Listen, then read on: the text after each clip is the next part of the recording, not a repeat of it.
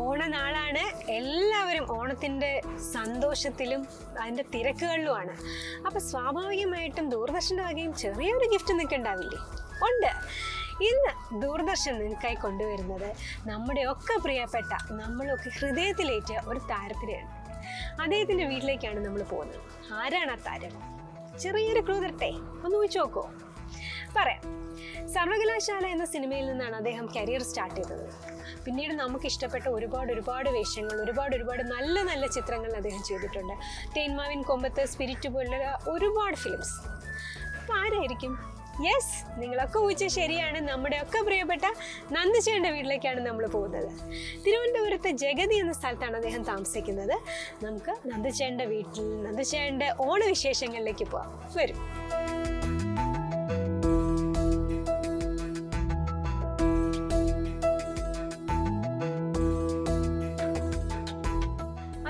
നന്ദിച്ചേട്ടൻ്റെ അപ്പാർട്ട്മെന്റിൽ എത്തിയിട്ടുണ്ട്. നമുക്ക് ഉള്ളിലേക്ക് പോവാം. വരും.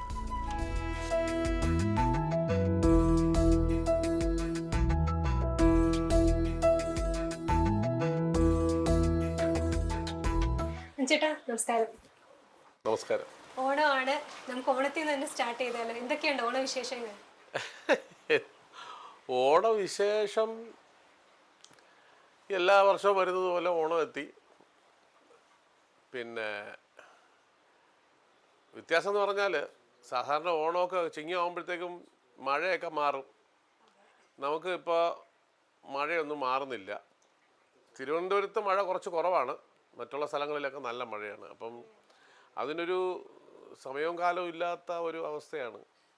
അങ്ങനൊരു ചെറിയ പ്രശ്നമുണ്ട്. മഴ നമുക്ക് ഈ വരും ദിവസങ്ങളിൽ നമ്മളെ ഇത് ബാധിക്കുമോ എന്നുള്ളൊരു ഭയമുണ്ട്. അറ്റ്ലീസ്റ്റ് ഇങ്ങോട്ട് വലുതായിട്ട് തിരുവനന്തപുരം ഭാഗത്ത് ഇത്തവണ വലുതായിട്ട് ഉപദ്രവം വന്നില്ല മഴയുടെ. അങ്ങോട്ടൊക്കെയാണ് കൂടുതൽ വന്നത്. അപ്പം അതിൻ്റെ ഒരു ടെൻഷനുണ്ട്. അല്ലാതെ വേറെ കുഴപ്പമൊന്നുമില്ല.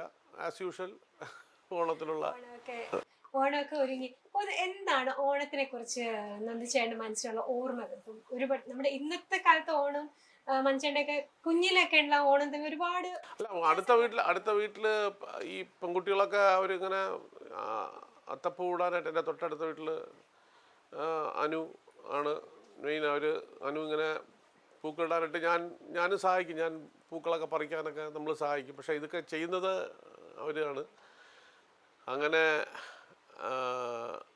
അപ്പോൾ അതൊക്കെയാണൊരു രാവിലെ തന്നെ കുളിച്ച് നല്ല ഡ്രസ്സൊക്കെ ഇട്ട് അടുത്ത് അയ്യപ്പൻ്റെ അമ്പലമുണ്ട് എൻ്റെ വീട്ടിൻ്റെ തൊട്ടടുത്ത് തെക്കാട്. അവിടെ പോയി തൊഴുത് അവിടെ നിന്ന് അപ്പോൾ ആ സമയങ്ങളിലെല്ലാം നല്ല കാറ്റും, പിന്നെ ഈ കർക്കിടകക്കാറ്റിൻ്റെ ഒരു ഇത് കഴിഞ്ഞ ചിങ്ങത്തിലോട്ട് ആ കാറ്റിങ്ങനെ, അപ്പോൾ ആ കാറ്റിൻ്റെ ഒരു ഇതിങ്ങനെ എപ്പോഴും നമ്മൾ മാത്രമല്ല, ഞങ്ങളുടെ ആ വീടിൻ്റെ അടുത്ത് ഈ അമ്പലത്തിനകത്ത് തന്നെ ഒരു വലിയ ആല് നിൽപ്പുണ്ടായിരുന്നു. ആല് മറിഞ്ഞു വീണു. ഇപ്പോൾ ചെറിയ ഒരു ആലാണ്. അവിടെ ഭയങ്കര വലിയ ആലായിരുന്നു. എനിക്ക് ഒരു 100-150 വർഷം പഴക്കമുള്ള ആലായിരിക്കും. അപ്പോൾ എപ്പോഴും ഈ കാറ്റ്, ആലിൻ്റെ പരിസരത്തുള്ള ഒരു ഇതുണ്ടല്ലോ, അത് അങ്ങനെ ആ ഒരു കാറ്റും അതും അതൊരു നമുക്ക് ഓർക്കുമ്പോൾ പെട്ടെന്ന് കുട്ടിയായ ഒരു ഫീലിംഗാണ് നമ്മൾ അന്നത്തെ കാലത്തെ ആ ഒരു. അപ്പോൾ പിന്നെ ഒരുപാട് ഫ്രണ്ട്സുണ്ട്. പിന്നെ കളി തന്നെ. ഇപ്പോൾ തൊട്ടടുത്ത വീട്ടിൽ താമസിക്കുന്നത് മറ്റൊരാളെന്ന് പറഞ്ഞാൽ അനന്തകൃഷ്ണനാണ്. ഇപ്പം DGP ആയിട്ട് റിട്ടയർ ചെയ്തു. ഞാനും അനന്തകൃഷ്ണനൊക്കെ ഒരു മതിലാണ് ഞങ്ങളുടെ. അപ്പോൾ ഞങ്ങൾ ക്രിക്കറ്റ് കളി മറ്റേത് കുറച്ച് ഭയങ്കര ബഹളം തന്നെയാണ് എപ്പോഴും. അപ്പോൾ പിന്നെ കുറേ പേരുണ്ട്. വാസുദേവൻ എന്ന് പറഞ്ഞ വാസു ഇപ്പോൾ അമേരിക്കയിലാണ്. പിന്നെ കൃഷ്ണകുമാർ, അവൻ ഷൊർണൂരാണ്. അപ്പം ഞങ്ങളെല്ലാം ഇങ്ങനെ രാവിലെ ആകുമ്പോൾ കളിയും മുറ്റത്ത്. അനു ഇവിടെ തന്നെ ഉണ്ട്. പിന്നെ സുരേഷ് മരിച്ചുപോയി. അങ്ങനെ കുറേ സുഹൃത്തുക്കളുണ്ട്. അപ്പോൾ ഞങ്ങൾ രാവിലെ ക്രിക്കറ്റ് മറ്റേത് മറിച്ചതെന്നൊക്കെ പറഞ്ഞ് ഇങ്ങനെ ഇറങ്ങും. ഞങ്ങളുടെ ഇടവഴിയാണ് ഞങ്ങളുടെ ഗ്രൗണ്ട്. അപ്പോൾ അടുത്ത വീട്ടിൽ ഒരു അമ്മൂമ്മയുണ്ട്. ബോൾ പോയി കഴിഞ്ഞാൽ അമ്മൂമ്മ ബോൾ തരില്ല. അങ്ങനെ അമ്മൂമ്മയായിട്ട് വഴക്കിടക്കും. ഇങ്ങനെയൊക്കെ നല്ല രസമാണ്. അവർ മരിച്ചൊക്കെ പോയി, ഇപ്പോൾ കുറേ വർഷങ്ങളായി. അവിടെ ഇപ്പോൾ ആ വീട് പോലും ഇല്ല, വീട് ഇടിച്ച് കളഞ്ഞു. അപ്പോൾ ഇതൊക്കെയാണ് ഓർമ്മ. ഇപ്പോൾ ഈ കളിയും കാര്യങ്ങളൊക്കെ അല്ലാത്ത സമയങ്ങളിലുണ്ട്. പക്ഷേ ഓണം ആകുമ്പോൾ കുറച്ചുകൂടെ കൂടുതലാവും. രാവിലെ തൊട്ടേ തുടങ്ങും. വേറെ പ്രത്യേകിച്ച് പണിയില്ല. രാവിലെ ആകുമ്പോൾ എഴുതിച്ച് കുളിച്ച് റെഡിയായി അങ്ങ് ഇറങ്ങുക എന്നുള്ളതാണ്. പിന്നെ ഫുൾ വെളിയിൽ തന്നെ. പിന്നെ പുതിയ ഡ്രസ്സ് ഇടണം, അതിൻ്റെ ഒരു ആവേശം. പുതിയ ഷർട്ടും നിക്കറോ മുണ്ടൊക്കെ പിന്നെ കുറേ കാലം കോളേജൊക്കെ എത്തുമ്പോഴാണ് പിന്നെ മുണ്ടൊക്കെ കൊടുക്കണം. അല്ലെങ്കിൽ നിക്കറും പാൻറ്റും ഒക്കെ തന്നെയാണ് ഡ്രസ്സ് എന്ന് പറയുന്നത്.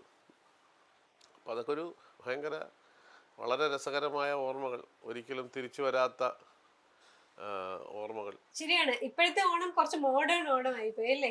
അതെ അതെ. നമ്മുടെ ഇപ്പോഴത്തെ ഓണം കൂടുതലും ഡ്രസ്സ് വാങ്ങിക്കുക, ഓരോ ഓർഗനൈസേഷൻസിലാണ് ഓണം അതെ, സദ്യ പോലും നമ്മൾ പല സമയങ്ങളിലും വാങ്ങിക്കുകയാണ് ചെയ്യുന്നത്. കാര്യം നമുക്കത് ഇത്രയും വിഭവങ്ങൾ ഉണ്ടാക്കാനുള്ള ഒരു സംവിധാനമില്ല.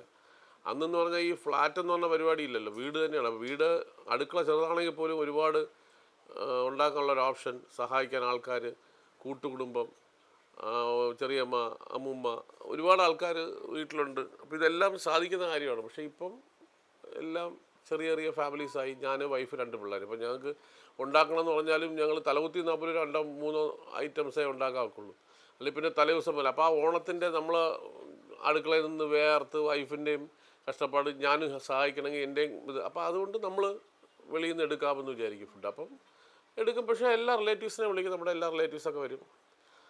അപ്പോൾ അങ്ങനെ ഓണം ആസ്വദിക്കുക എന്നുള്ളതാണ്. അപ്പോൾ അതേ രീതിയെല്ലാം മാറിപ്പോയി, പഴയ പോലത്തെ കാര്യങ്ങളൊന്നും അല്ലല്ലോ, എല്ലാം മാറിപ്പോയി. പിന്നെ ആസ് യൂഷ്വൽ എല്ലാ വർഷവും ചെയ്യുന്നത് പോലെ രാവിലെ പുതിയ ഉടുപ്പ്. എനിക്കിപ്പോൾ അങ്ങനെ പുതിയ ഉടുപ്പിന് പോലും താല്പര്യമില്ല. വൈഫ് പക്ഷേ നിർബന്ധമില്ല, ഷർട്ട് പുതിയത് വേണമെന്നൊക്കെ പറഞ്ഞ് ബഹളം ഉണ്ടാക്കി. ഞാൻ പറഞ്ഞു എനിക്ക് പുതിയ ഷർട്ടൊന്നും വേണ്ട, മുണ്ട് എന്തായാലും പറഞ്ഞു. മോനൊരു മുണ്ട് പറഞ്ഞു, എൻ്റെ കൂട്ടത്തിൽ ഞാനൊരു മുണ്ട് പറഞ്ഞു.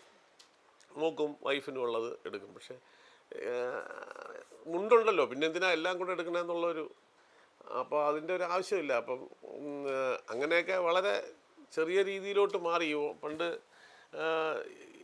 പണ്ടത്തെ പോലത്തെ ഒരു മാറിയല്ലോ, ആ രീതികൾ മാറിയതുകൊണ്ട്. അപ്പോൾ റിലേറ്റീവ്സൊക്കെ വരും എല്ലാ വർഷത്തെ പോലെ. ഇവിടെ എൻ്റെ ഫാദറിലോ മദറിലോ എൻ്റെ കുഞ്ഞമ്മ, അനിയത്തി, അവരെല്ലാവരും വരും, വീട്ടിൽ തന്നെ ആയിരിക്കും. അപ്പോൾ അതിൻ്റെ ഒരു സന്തോഷവും സുഖമുണ്ട്. പിന്നെ അതൊക്കെ തന്നെ ഓണം. അതിരിക്കട്ടെ, ഓണം റിലീസസ് ഇപ്പൊ പുതിയതായിട്ട് നന്ദിച്ചേട്ടന് ഏതെങ്കിലും പുതിയ സിനിമകൾ വരുന്നുണ്ടോ? ഓണം റിലീസ് ഉണ്ടെന്ന് തോന്നുന്നില്ല. ഇപ്പോൾ ലാസ്റ്റ് ഇറങ്ങിയത് സുമതി വളവാണ്. അത് ഇനി ഒരു 2-3 പടം ഇറങ്ങാനുണ്ട്. പക്ഷേ ആ പടങ്ങൾ ഇപ്പോൾ ഇറങ്ങുമോ എന്നുള്ളത് എനിക്കറിയില്ല. 2-3 പടങ്ങളുണ്ട്. ഓണം റിലീസ് കാണാൻ സാധ്യതയില്ലെന്ന് തോന്നുന്നു. പിന്നെ ഓണം റിലീസിനെ പറ്റിയിട്ടൊക്കെ തലപൂഞ്ഞ് ചിന്തിക്കുന്നത് നായകന്മാർക്കാണ്. അവർക്കാണ് ഓണപ്പടം ഉണ്ടോ. നമ്മൾ ഏതെങ്കിലും പടത്തിൽ ഉണ്ടെങ്കിലും ചെറിയൊരു വേഷം ചെയ്യും, അതിൻ്റെ കൂട്ടത്തിൽ ഇറങ്ങി പോകും, അത്രയേ ഉള്ളൂ. അതുകൊണ്ട് അതൊരു വലിയൊരു ടെൻഷനായിട്ട് ഞാൻ ഇതുവരെ കണ്ടിട്ടില്ല. നമ്മൾ നായക പ്രാധാന്യമുള്ള ഒരു വേഷം ചെയ്യുകയാണെങ്കിൽ ഡെഫിനറ്റ്ലി നമുക്ക് ടെൻഷൻ കാണും. അപ്പോൾ ഈ ഓണത്തിന് പടം ഉണ്ടെന്ന് തോന്നില്ല. പക്ഷേ 3-4 പടം ഇറങ്ങാനുണ്ട്. അതിൽ ഏതെങ്കിലും ഒരെണ്ണം ഇറങ്ങുമായിരിക്കും തോന്നുന്നു, അറിയില്ല. ഞാനത് നോക്കിയില്ല, ഏതെങ്കിലും പടം ഉണ്ടോ എന്നുള്ളത് നോക്കിയില്ല. എന്റെ അറിവനുസരിച്ച് നന്ദിച്ചേട്ടൻ നല്ലൊരു പാട്ടുകാരനാണ്. നമുക്കൊരു 2 എന്നെ പേടിച്ചെങ്ങാനും ആണോ ഇനി ദാസേട്ടൻ അമേരിക്കയിൽ പോയിരിക്കണേ?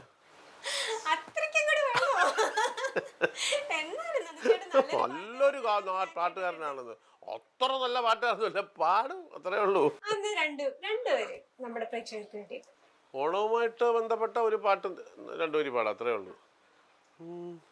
മാമാങ്കം പലകുറി കൊണ്ടാടി നിളയുടെ തീരങ്ങൾ നാവായിൽ, മാമാങ്കം പലകുറി കൊണ്ടാടി നിളയുടെ തീരങ്ങൾ നാവായിൽ, കേരള പഴമചരിതമെഴുതിയൊരു ഭാരത പുഴതനറിയ മണൽ തരികളെ, പറയുക നിണമൊഴുകിയ കഥ, മാമാങ്കം പലകുറി കൊണ്ടാടി നിളയുടെ തീരങ്ങൾ നാവായിൽ. അല്ലല്ല, അങ്ങനെയൊന്നുമില്ല. ഞാൻ അച്ഛനും അമ്മയൊക്കെ പാടും, അതുകൊണ്ട് പാടും എന്നുള്ളതേ ഉള്ളൂ. വീട്ടിൽ എല്ലാവരും പാടും, അച്ഛൻ്റെ വീട്ടുകാർ പാടും. സിനിമ പാടിയിട്ടില്ല. സിനിമയിൽ ഒരു പാട്ട് പാടി, പക്ഷെ ആ സിനിമ ഷൂട്ടിങ്ങിന് മുമ്പ് പാട്ട് ഷൂട്ട് ചെയ്തു.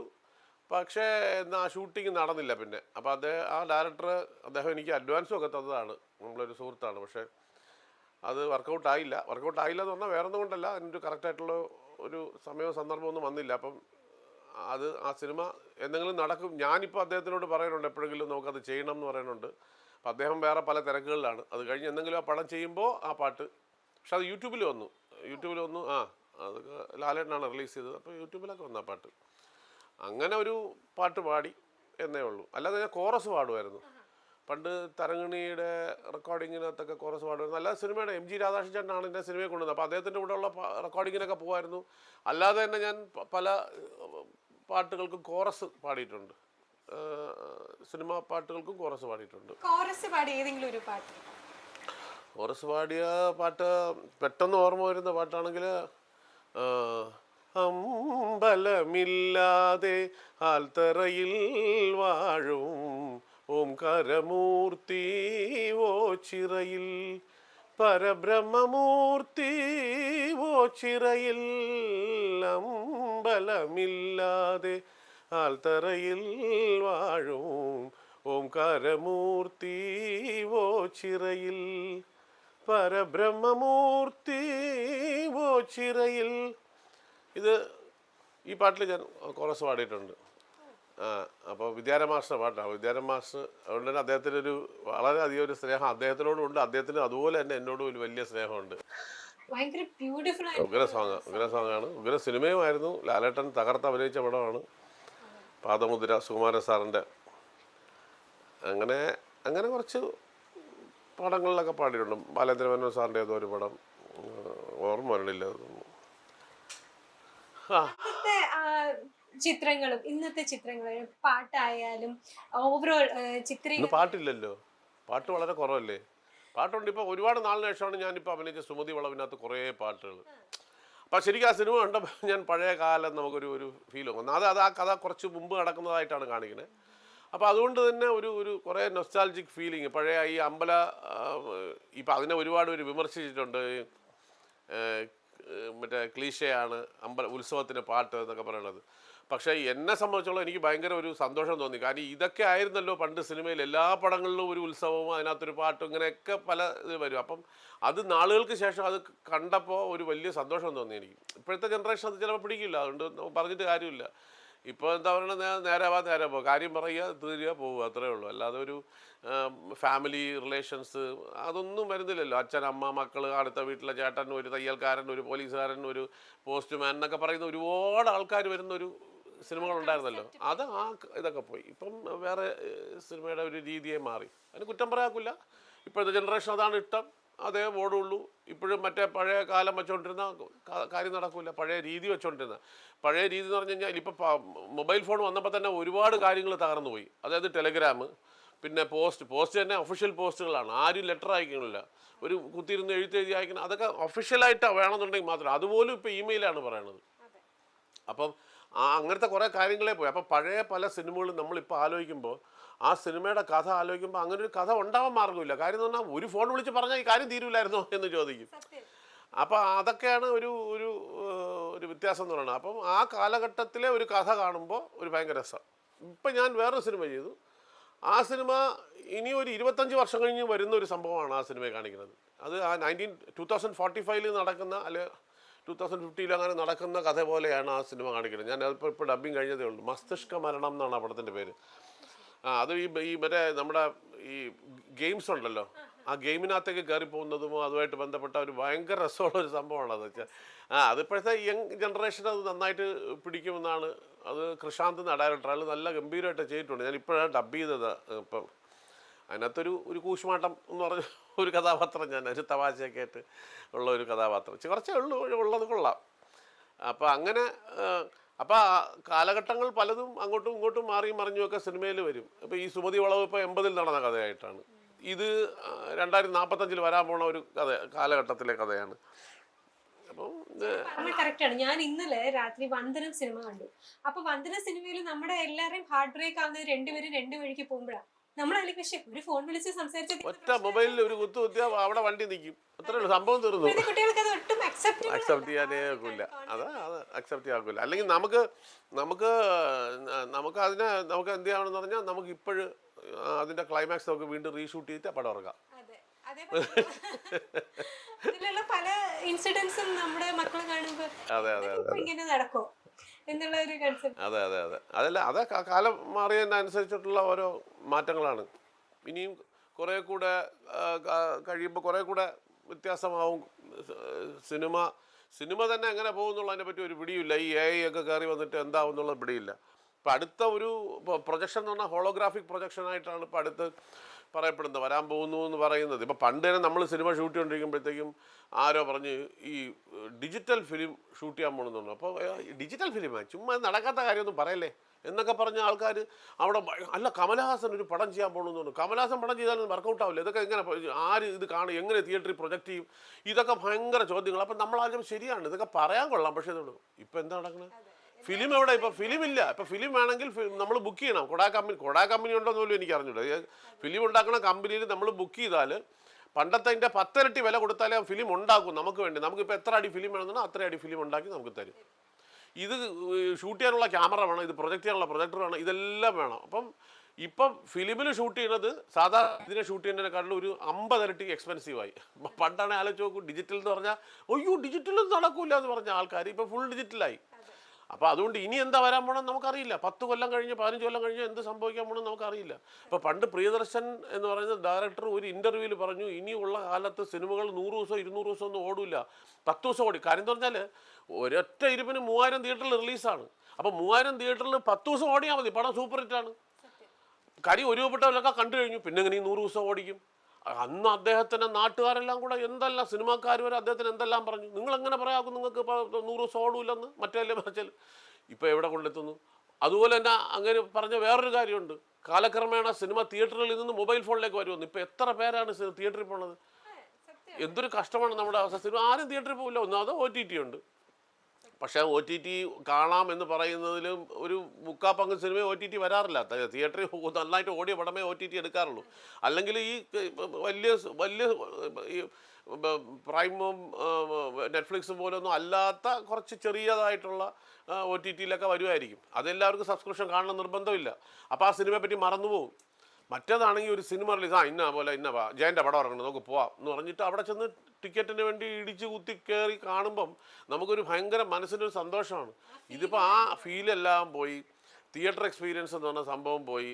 തിയേറ്ററിൽ ചെന്ന് കാണും, കുറച്ച് ആൾക്കാരുണ്ട് കാണുന്നുള്ള അല്ലാതെ, അല്ലെങ്കിൽ അത്ര ഉഗ്രം പടമായിരിക്കണം, മഞ്ഞുമൽ ബോയ്സ് പോലെയോ അല്ലെന്നുണ്ടെങ്കിൽ ഇപ്പം തുടരും പോലെയോ അങ്ങനെയൊക്കെ സിനിമകൾ വരുമ്പോൾ ആളുകൾ ഇടിച്ചു കയറിയെന്ന് കാണും. അപ്പോൾ ആ സിനിമകൾ പോലും 25-30 ദിവസം കഴിഞ്ഞാൽ കോസ്റ്റ് ഓഫ് പ്രൊഡക്ഷൻ്റെ 10 ഇരട്ടി ഒക്കെ വന്നു കഴിഞ്ഞു. എല്ലായിടത്തും ഫുള്ളായിട്ട് ഓടുകയല്ലേ. അപ്പോൾ പിന്നെ ഇമ്മീഡിയറ്റ് OTTയിലോട്ടാണ് വരണത്. അപ്പോൾ ഇത് കുറേ കൂടെ കഴിയുമ്പോൾ ഇനിയിപ്പോൾ OTT മാത്രമാവുമോ അല്ലെങ്കിൽ മൊബൈൽ ഫോണിലേക്ക് പോകും. ഇപ്പോൾ എല്ലാവർക്കും ഫോണിലേക്ക് പോകും. അതിന് ഇപ്പം ഞാൻ പറയണത്, ഇപ്പോൾ ഫിലിം ഇറക്കിയിട്ട് ഫോണിലേക്ക് ഈച്ച് ആൻഡ് എവരി ഫോണിലേക്ക് പോകാനായിട്ട്, ഇപ്പോൾ എൻ്റെ ഫോണിലേക്ക് എനിക്ക് ഈ സിനിമ വേണം എന്ന് പറഞ്ഞാൽ ഞാൻ 10 രൂപ അല്ലെങ്കിൽ 50 രൂപ ഞാൻ ആ സബ്സ്ക്രിപ്ഷൻ അടച്ചു കഴിഞ്ഞാൽ എനിക്ക് ആ സിനിമ എൻ്റെ ഫോണിൽ വരും. അങ്ങനെ നിങ്ങൾ 50 രൂപ 100 രൂപ വെച്ചിട്ട് ഒരു 10 ലക്ഷം ഫോണിലേക്ക് അടിച്ച 3.5 കോടി മലയാളികളുണ്ട്. ഒരു പടം എടുത്തിട്ട് ഒരു പടം അതിനകത്തേക്ക് ഒരു ഈ 15 ലക്ഷം 25 ലക്ഷം മലയാളികളുടെ ഫോണിലേക്ക് ഈ സിനിമ 100 രൂപ വെച്ച് കൊടുത്താൽ എത്ര രൂപയെന്ന് ആലോചിച്ച് നോക്കിയേ. ഇതൊന്നും വരൂല എന്നൊന്നും നമുക്ക് പറയാക്കൂല. ഇത് അടുത്ത കാലത്ത് എന്താണ് പറയണമെന്ന് പറയാക്കൂല. TV പോകണമെന്നാണ് പറയുന്നത്. TV പോയിട്ട് ഹോളോഗ്രാഫിക്, അതായത് നമ്മൾ പ്ലാറ്റ്ഫോം കൊണ്ടുപോയി എന്നിട്ട് കണക്ട് കഴിഞ്ഞാൽ ന്യൂസ് റീഡർ അവിടെ നമ്മളെ ഫ്രണ്ടിൽ വന്നിരുന്ന് വായിച്ചുകൊണ്ടിരിക്കും. അത് ഹോളോഗ്രാഫിക് പ്രൊജക്ഷനായിട്ട് നമുക്ക് കണ്ടുകൊണ്ടിരിക്കാം. മനസ്സിലായില്ല? അപ്പം അങ്ങനത്തെ ഒരു കാലത്തിലേക്കാണ് നമ്മൾ പോയിക്കൊണ്ടിരിക്കുന്നത്. അപ്പം ഓണം റിലീസ് ആണെന്നും വേണ്ട, നമുക്ക് ഫാമിലിയെ പറ്റി സംസാരിക്കാം. ഫാമിലി സംസാരിച്ചാൽ ഭാര്യയുണ്ട്, ഭാര്യയ്ക്ക് സ്കൂളിൽ ജോലിയുണ്ട്. മോൻ പഠിക്കുന്ന സ്കൂളുണ്ട്, ചെമ്പക എന്ന് പറഞ്ഞ സ്കൂള്. അവിടെ വൈഫിനും അതേ സ്കൂളിൽ അവരുടെ വേറൊരു ബ്രാഞ്ചിൽ അവർക്ക് ജോലിയുണ്ട്. മോള് ഡിഗ്രി എല്ലാം കഴിഞ്ഞു. അവളിപ്പോൾ വേറെ ഫർദറായിട്ട് എന്തോ പഠിക്കണം എന്നൊക്കെ പറഞ്ഞുകൊണ്ടിരിക്കുന്നു. അപ്പോൾ അത് ചിലപ്പോൾ ബാംഗ്ലൂരോ വല്ലതും പോവും. അങ്ങനെ ഇരിക്കുന്നു. വേറെ ഭാര്യയുടെ പേര് കവിത എന്നാണ്, മോളുടെ പേര് നന്ദിത എന്നാണ്, മോൻ്റെ പേര് കൃഷാൻ എന്നാണ്. അപ്പോൾ അങ്ങനെയാണ് എൻ്റെ കുടുംബം എന്ന് പറയുന്നത്. ആയിരിക്കട്ടെ, നിങ്ങൾ എല്ലാരും കൂടെ ഫാമിലി എല്ലാരും കൂടെ പുറത്തു പോകുന്ന മെയിൻ സെന്റേഴ്സ്, ഇപ്പൊ നിങ്ങൾക്ക് കുറച്ച് ഫ്രീ വെച്ചാൽ നഞ്ചേട്ടൊക്കെ ഫ്രീ അവേഴ്സ് കിട്ടുന്നത് വളരെ കുറവാണെന്നാണ് എനിക്ക് തോന്നുന്നത്. അപ്പൊ എങ്ങനെയായിരിക്കും നിങ്ങളുടെ ഒരു ഫ്രീ ടൈം? അല്ല, അങ്ങനെ ഒരു എപ്പോഴും പോകുന്ന ഒരു ശീലമൊന്നുമില്ല. പിന്നെ ഈ ലോക്കലായിട്ട് എവിടെയെങ്കിലും ഒരുമിച്ച് പോകണമെന്നുണ്ടെങ്കിൽ ഒന്നിലും സിനിമയായിരിക്കും, അല്ലാന്നുണ്ടെങ്കിൽ ലുലുവിലായിരിക്കും. അല്ലാതെ ഒരുമിച്ച് എല്ലാവരും കൂടെ പോകുന്ന ഒരു സ്ഥലം, പിന്നെ റിലേറ്റീവ്സിൻ്റെ വീട്ടിൽ, ഇപ്പോൾ എൻ്റെ കുഞ്ഞമ്മയുടെ വീട്ടിൽ പോകും, അല്ലെന്നുണ്ടെങ്കിൽ എൻ്റെ ചേച്ചിയുടെ വീടുണ്ട്, അങ്ങനെ അല്ല എൻ്റെ ഏതെങ്കിലും ഫ്രണ്ട്സിൻ്റെ വീട്ടിൽ, അങ്ങനെയൊക്കെ നമ്മൾ ഒരുമിച്ച് പോകും. പിന്നെ നമ്മളിപ്പോൾ എൻ്റെ വൈഫിൻ്റെ ബർത്ത്ഡേ ആഘോഷിക്കാനായിട്ട് നമ്മളെല്ലാം കൂടെ എൻ്റെ ഒരു ഫ്രണ്ടിൻ്റെ റിസോർട്ടിൽ, അപ്പോൾ എൻ്റെ റിലേറ്റീവ്സിനെയൊക്കെ വിളിച്ച് ഞങ്ങൾ കുറേ പേരെല്ലാം കൂടെ ഒരുമിച്ച് അവിടെ കഴിഞ്ഞ മാസം കൂടി, ജൂലൈയിൽ അങ്ങനെ കൂടി. അതുപോലെ ഫെബ്രുവരിയിൽ എൻ്റെ ബർത്ത്ഡേക്കും അതുപോലെ നമ്മൾ ആലപ്പുഴയിൽ പോയി. അവിടെ ഈ നമ്മുടെ ബിജു മേനോനും പിന്നെ നമ്മുടെ അവിടെയുള്ള ബ്രദേഴ്സ് എന്ന് പറഞ്ഞ ഹോട്ടലുണ്ട് ആലപ്പുഴ. ബ്രദേഴ്സിൻ്റെ ബാലുച്ചേട്ടനുണ്ട്. അപ്പോൾ ഇവർ രണ്ടും കൂടെ തുടങ്ങിയ ഒരു റിസോർട്ടുണ്ട്, ഒരു ഐലൻഡിലാണ്, നല്ല അടിപൊളി ഒരു റിസോർട്ട്.